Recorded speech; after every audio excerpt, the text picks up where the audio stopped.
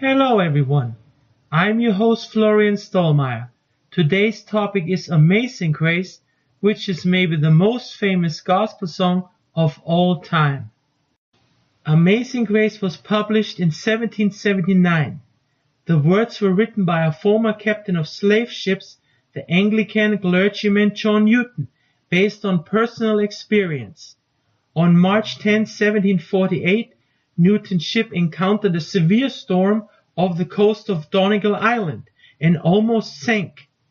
Newton awoke in the middle of the night as the ship filled with water and was on its way to sink. In this his most fateful moment of his life, he called out to God by starting to pray instantly. Like a miracle, the cargo on the ship was shifting and stopped the whole. As a result, the ship drifted to safety. After this experience, Newton changed his sinful lifestyle, converted to evangelical Christianity, and became an ordained Anglican priest in 1764. He considered March 10, 1748 as breaking point and spiritual conversion of his life, and therefore devoted the words to Amazing Grace to this fateful night where God saved him in the middle of a sea storm. Who doesn't know the first words of Amazing Grace? Amazing grace, how sweet the sound that saved a wretch like me.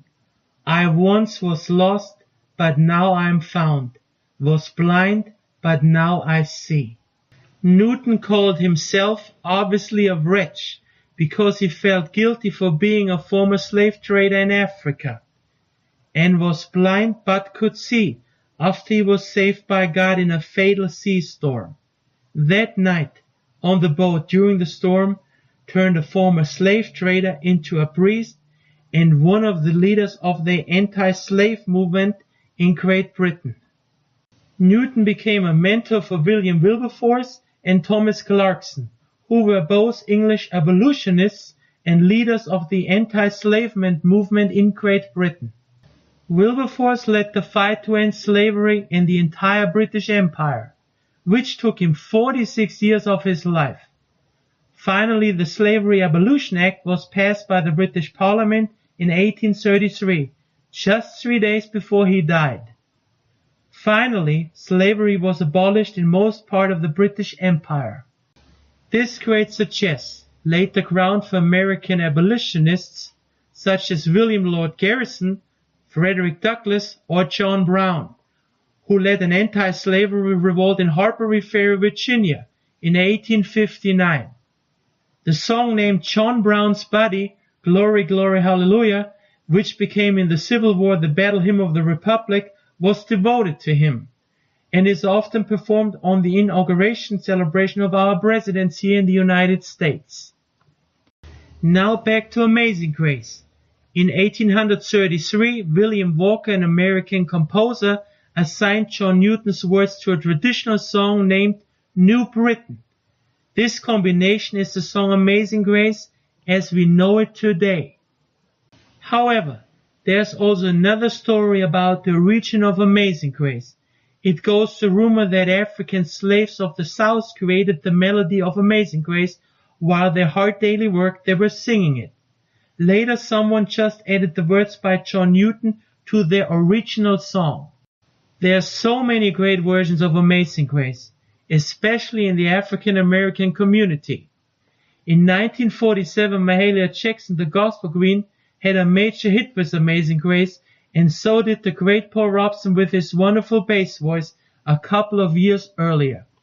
Amazing Grace is also an all-time favorite song of Scotland. It is mostly performed with bagpipes there.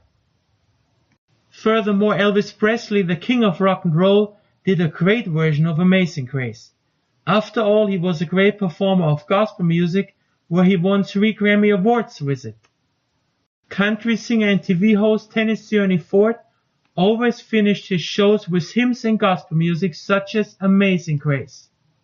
Singer and songwriter Judy calls Amazing Grace her signature tune. And Ireland's golden tenor Frank Patterson sang hymns and gospel songs next to his lovely Irish songs. I really hope you have enjoyed my video about Amazing Grace. This song has a marvelous story to tell about a man named John Newton, who made history as an author of a song and is one of the leaders of the anti-slavery movement of Great Britain in the 18th century. I'm your host Florian Stollmayer, and I will see you next time. Please rate and subscribe to my YouTube channel, Florian Stollmayer Music. Buy my music on Amazon.com and cdbaby.com. So long, friends.